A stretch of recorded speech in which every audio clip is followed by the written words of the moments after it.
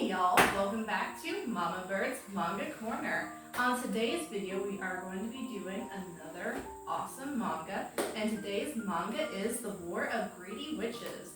32 of the wickedest women duel to the death. Currently there are 3 volumes physically published. I currently only have the first 2 though, sadly. I really need to get the 3rd one since this is a very cool series. The whole premise of this series is that 32 women from history are thrown into a tournament death match with like magical abilities. Now, as soon as I saw this list at the beginning of the volume, I was hooked. I am so curious about how these women will all like fight, especially some of my personal favorite historical ladies, like Agatha Christie and Amelia Earhart. Though based on the tournament bracket that you can see here, which is really cool, all actually being able to see like all of them who will go up against each other first. Though based on the tournament bracket, it looks like these will be like several volumes in until I'll get to see their fights, seeing as after reading these first 2, it looks like each fight occurs between at about like 2 volumes. This is also very similar to another series that I really have enjoyed. I'll talk about later, called Records of Ragnarok, in their own video, but that's not today.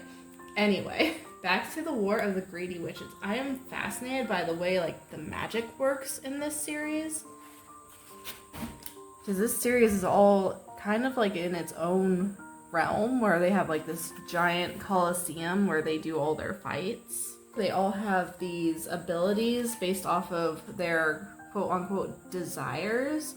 For example, the first 2 is, forgive me for any destroying of these pronunciations of names. It might happen. It will probably happen with this series, let's be honest.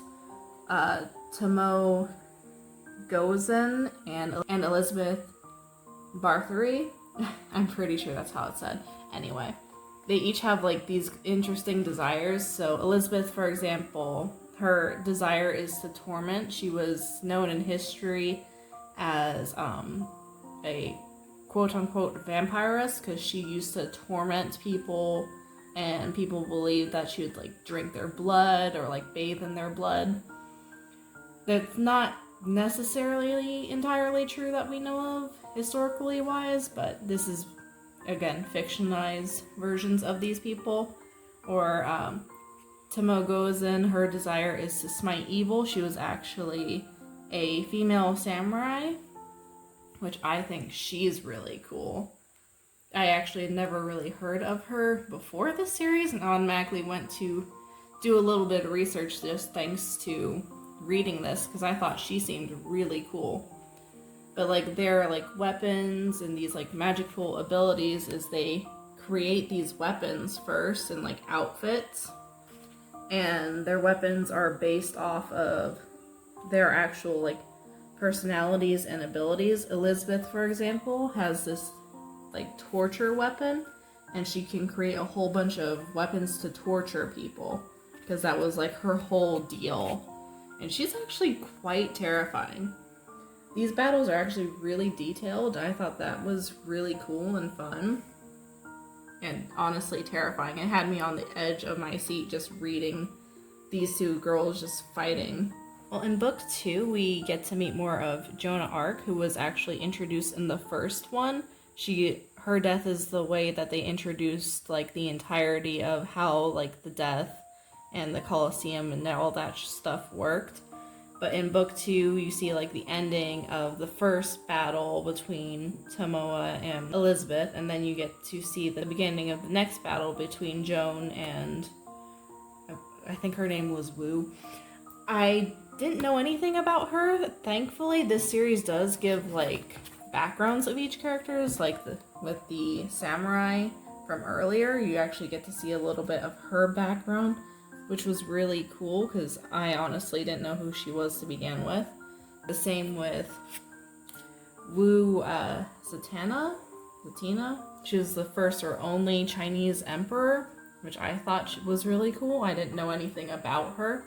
So I was really happy that they actually give a bit of a background to each of these characters. And after like finding out about the backgrounds, it makes the battles even cooler and makes you even more interested in trying to see who will win each one, because after the person who dies in the battle, they full on die. They will not be brought back, reincarnated, none of that. They are wiped from existence entirely, besides their, historical factor, which is really cool and kind of scary because they're all fighting for their own desire, their own single wish that they will be granted at the end.